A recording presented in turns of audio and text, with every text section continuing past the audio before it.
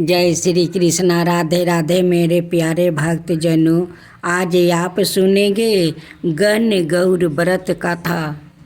गण गौर पर्व प्रत्येक बरस चैत्र माह की शुक्ला पक्ष की तृतीया तिथि को मनाया जाता है।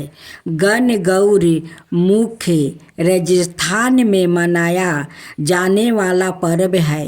गण गौर शब्दों में गण का अर्थ शिव से है और गौर का अर्थ पार्वती से है। इस प्रकार दो शब्दों से मिलाकर गण गौर शब्दों बना है। इस दिन सुहागिन स्त्रियां व्रत रखती है। धर्म गृहस्थों के अनुसार पर्वतराज हिमालय की पुत्री देवी पार्वती ने भी अखंड सौभाग्य की कामना से कठोर तपस्या की थी और उसी तप के पुण्य से भगवान शिव को पति रूप में पाया। इस दिन भगवान शिव ने माता पार्वती को और पार्वती जी ने समस्त स्त्रियों जाति को अखंड सौभाग्य के वरदान दिया था। मानता है कि तभी से इस व्रत को करने की प्रथा शुरू हुआ। विवाहे योग्य कन्याओं शिव जैसे भावाभी पति को पाने के लिए गण गौर पूजन करती है। यही सुहागिन महिलाओं अपने पति की शीघ्र आहु के मंगल कामना के लिए ईश्वर गौर का पूजन करती है। अब गण गौर पूजन विधि। इस दिन कन्याएं स्त्रियां सुबह सज धज कर बाग बगीचों से ताज़ा जल लोटे में भर कर उसमें हरी दूब और फूल सजाकर सिर पर रख कर गण गौर के गीत गाती हुई घर आती है। इसके बाद शुद्ध मिट्टी से शिव स्वरूप ईश्वर और पार्वती स्वरूप गौर की प्रतिमा बनाकर स्थापित करती है। गण गौर को सुंदर वस्तु पहनाकर रोली मोली हल्दी काजल मेहंदी आदि सुहाग की चीज़ों से गीत गा गाकर पूजन किया जाता है। दीवार पर 16 बिंदियाँ रोली मेहंदी और काजल की लगाई जाती है। थाली में जल दूध दही हल्दी कुमकुम घोल कर सुहाग जल तैयार किया जाता है। दोनों हाथों में दूब लेकर इस जल से पहले गण गौर को छींटे लगाकर फिर महिलाएं अपने ऊपर सुहाग के प्रतीक के तैर पर इस जल को छिड़कती है।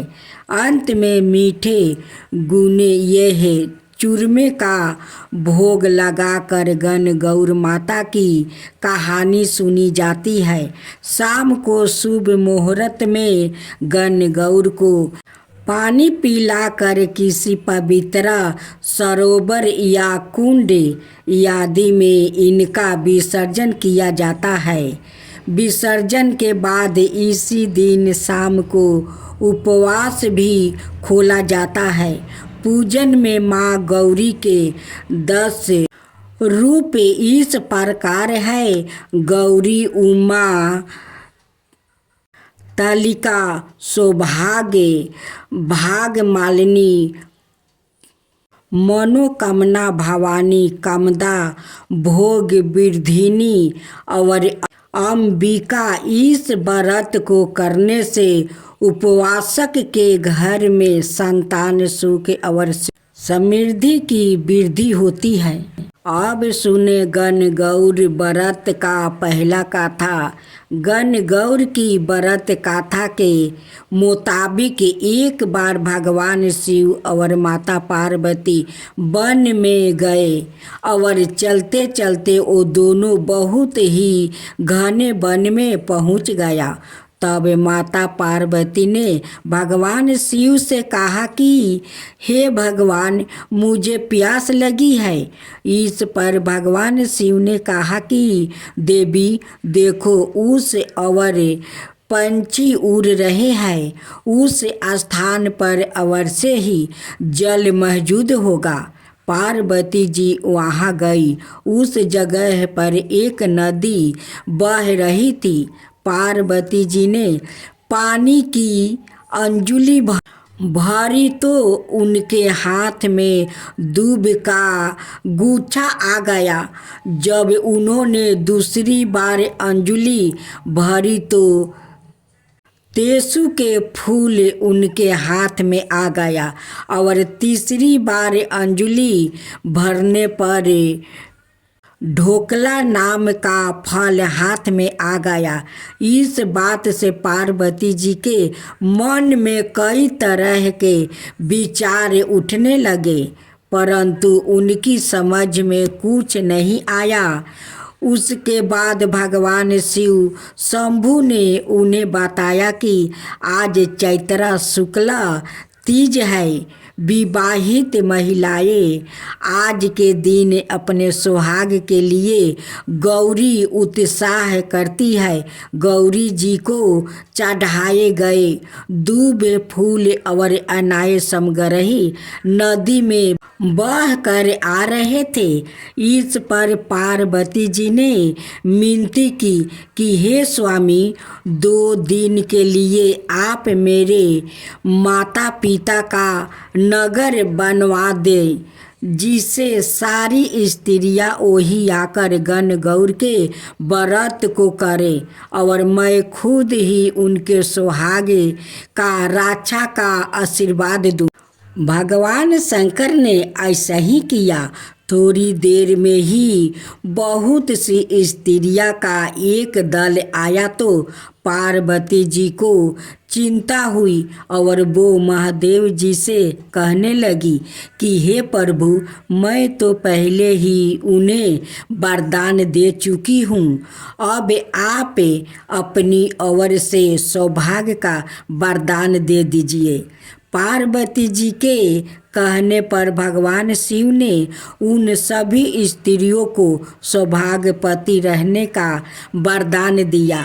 भगवान शिव और माता पार्वती ने जैसे उन स्त्रियों की मनोकामना पूरी की, वैसे ही भगवान शिव और गौरी माता इस गाथा को पढ़ने और सुनने वाली कन्याओं और महिलाओं की मनोकामना पूरा करें। भोलेनाथ की जय हो, भोलेनाथ की जय हो, माता पार्वती की जय हो, माता पार्वती की जय हो। एक साहूकार था जो भगवान शिव का अनाय भक्त था। उसके पास धन आए किसी भी चीज की कमी नहीं थी, लेकिन उसकी कोई संतान नहीं थी और वो इसी कामना को लेकर रोज शिव जी के मंदिर जाकर दीपक जलाता था। उसके इस भक्ति भाव को देखकर एक दिन माता पार्वती ने शिव जी से कहा कि प्रभु, यह साहूकार आपका अनय भक्त है, इसको किसी बात का कष्ट है तो आपको उसे अवश्य दूर करना चाहिए। शिव जी बोले कि हे पार्वती, इस साहूकार के पास पुत्र नहीं है, यह इसी से दुखी रहता है। माता पार्वती कहती है कि हे ईश्वर, कृपा करके इसे पुत्र का वरदान दे दीजिए। तब भोलेनाथ ने कहा कि हे पार्वती, साहूकार के भाग्य में पुत्र का योग नहीं है। ऐसे में अगर इसे पुत्र प्राप्ति का वरदान मिल भी गया तो वो केवल 12 बरस की आयु तक ही जीवित रहेगा। यह सुनने के बाद भी माता पार्वती ने कहा कि हे प्रभु, आपको इस साहूकार को पुत्र का वरदान देना ही होगा। अनाथ भक्त क्यों आपकी सेवा पूजा करेंगे। माता के बार बार कहने से भोलेनाथ ने साहूकार को पुत्र का वरदान दे दिया, लेकिन यह भी कहा कि वो केवल 12 बरस तक ही जीवित रहेगा। साहूकार यह सारी बातें सुन रहा था, इसलिए उसे ना तो खुशी हुई और ना ही दुख। वो पहले की तरह भोलेनाथ की पूजा अर्चना करता रहा। उधर सेठानी गर्भवती हुई और 9 महीने के बाद एक सुंदर सा बालक की प्राप्ति हुई। परिवार में खूब उत्साह मनाया गया, लेकिन साहूकार पहले ही की तरह रहा और उसने लड़का की 12 बरस की आहू का जिक्र किसी से भी नहीं किया। जब बालक 11 बरस की आहू हो गई तो एक दिन साहूकार की सेठानी ने बालक के विवाह के लिए कहा, तो साहूकार ने कहा कि वो अभी बालक को पढ़ने के लिए काशी जी भेजेंगे। इसके बाद उसने बालक के मामा जी को बुलाया और कहा कि इसे काशी पढ़ने के लिए ले जाओ और रास्ते में जिस भी स्थान पर रुकना वहाँ यज्ञ करते और ब्राह्मणों को भोजन कराते हुए आगे बढ़ना। उन्होंने भी इसी तरह करते हुए जा रहे थे कि रास्ते में एक राजकुमारी का विवाह था। जिससे उसका विवाह होने वाला था वो एक आँख से काना था। तो उसके पिता ने जब अति सुंदर साहूकार के बेटे को देखा तो उनके मन में आया कि क्यों ना इसे ही घोड़ी पर बैठाकर शादी के सारे कार्य संपन्न करवा लिया जाए। तो उन्होंने मामा से बात की और कहा कि इसके बदले में वो अथाह धन देंगे। तो वो भी राजी हो गया। इसके बाद साहूकार का बेटा विवाह की वेदी पर बैठा और जब विवाह कार्य संपन्न हो गया तो जाने से पहले उसने राजकुमारी की चदरी के पल्लू पर लिखा कि तेरा विवाह तो मेरे साथ हुआ, लेकिन जिस राजकुमार के साथ भेजेंगे वो तो एक आँख का काना है। इसके बाद वो अपने मामा के साथ काशी के लिए चल गया। उधर जब राजकुमारी ने अपनी चुनरी पर यह लिखा हुआ पाया तो उसने राजकुमार के साथ जाने से मना कर दिया। तो राजा ने भी अपनी पुत्री को बारात के साथ विदा नहीं किया। बारात वापस लौट गई। उधर मामा और भांजे काशी पहुंच गए थे। एक दिन जब मामा ने जग रचा रखा था और भांजा बहुत देर तक बाहर नहीं आए तो मामा ने अंदर जाकर देखा तो भांजे का प्राण निकल चुके थे। वो बहुत परेशान हुए, लेकिन सोचा कि अभी रोना पीटना मचाया तो ब्राह्मण चल जाएंगे और यज्ञ का कार्य अधूरा रह जाएगा। जब यज्ञ संपन्न हुआ तो मामा ने रोना पीटना शुरू किया। उसी समय शिव पार्वती उधर से जा रहे थे तो माता पार्वती ने शिव जी से पूछा, हे प्रभु, यह कौन रो रहा है। तभी उन्हें पता चलता है कि यह तो भोलेनाथ के आशीर्वाद से जन्मे जन्म हुआ साहूकार का पुत्रा है। तब माता पार्वती कहती है कि हे स्वामी, इसे जीवित कर दीजिए। अनाथ रोते रोते इसके माता पिता के प्राण निकल जाएंगे। तब भोलेनाथ ने कहा कि हे पार्वती, इसकी आहु इतना ही थी, सो वो भोग चुका है। लेकिन माँ के बार बार आग्रह करने पर भोलेनाथ ने जीवित कर दिया। लड़का ओम नमः शिवाय करते हुए उठा और मामा भांजे दोनों के ईश्वर को धन्यवाद दिया और अपनी नगरी की ओर लौटा।